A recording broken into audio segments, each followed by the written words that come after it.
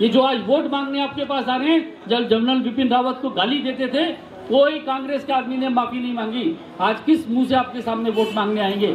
जब हमारे भगवान राम का मंदिर बन रहा था, उस वक्त कांग्रेस के सब लोगों ने कहा कि राम तो होता ही नहीं है, राम तो कुछ है ही नहीं। भगवान राम के अस्तित्व को भी चुनौती दी थी। आप याद रखिएगा, पूछिएगा कांग्रेस के लोगों से, जब तुम भगवान राम को नहीं मानते हो, जनरल बिपिन रावत को नहीं मानते हो, जब आप हिंदू देवी देवताओं को गाली देते हो, जब सनातन धर्म को गाली देते हो, तो आपको वोट मांगने का अधिकार कैसे है? हम लोग सब लोग कांग्रेस से सवाल पूछेंगे।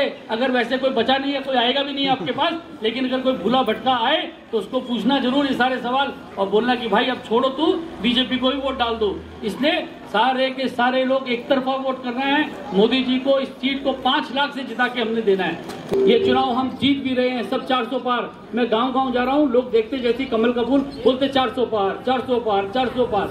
लेकिन इस 400 पार जरूर है, लेकिन हमें सोना नहीं है, हमें आराम नहीं करना। मैं जितनी माताएं बहनें यहाँ बैठी हैं, सबसे मेरा निवेदन है, मैं इस पहाड़ का बच्चा हूँ, इस पहाड़ का बेटा हूँ।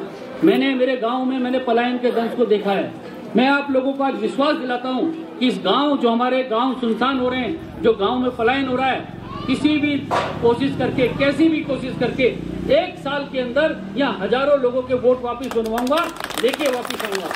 मैंने सबसे पहले बोला कि मेरा कोटद्वार में वोट था, मैंने कहा नहीं, मेरा वोट अपने गांव बनाऊंगा, एक त्योहार अपने गांव मनाऊंगा, मैंने कहा अपना वोट अपने गांव। हमने इगास को मनाना शुरू किया और सब पूरे दुनिया में इगास को बताया है। आप सब लोग मेरे साथ दीजिए। मैं उत्तराखंड को किसी भी तरीके से, आप देखिए, हमने इतनी मेहनत से उत्तराखंड राज्य बनाया, हमने बलिदान दिए। आज उत्तराखंड में अगर सारे पहाड़ खाली हो जाएंगे तो उत्तराखंड कैसे बचेगा? कैसे बचेगा उत्तराखंड? इस उत्तराखंड को बचाने के लिए हम सबको मेहनत करनी है, पलायन को रोकना है, रिवर्स माइग्रेशन कराना है। आप देखिए, इस उत्तराखंड को अगर पलायन से नहीं बचाएंगे तो कैसे आगे हमारे गांव बचेंगे, हमारे घर बचेंगे? हमारे दादा परदादा, हमारे पुरखे जिन सड़कों पे चलते था, जो सुनसान हो गई, वो भूता हो गई, उसको बचाने के लिए आपने मेरा साथ देना है। यह हमारे पुरखों की भूमि है, ये गंगा की भूमि है, जमुना की भूमि है, इसको हम किसी कीमत पे इसके चरित्र को नहीं बदलने देंगे। आप सब लोग 19 तारीख को हमारा साथ दीजिए। उसके बाद देखिएगा, मैं आप सब लोगों को पता है, मैं मौत के मुंह से आया हूँ। मेरे को नहीं लगता था मैं जिंदा रहूंगा, लेकिन मेरा ये जीवन बचा है।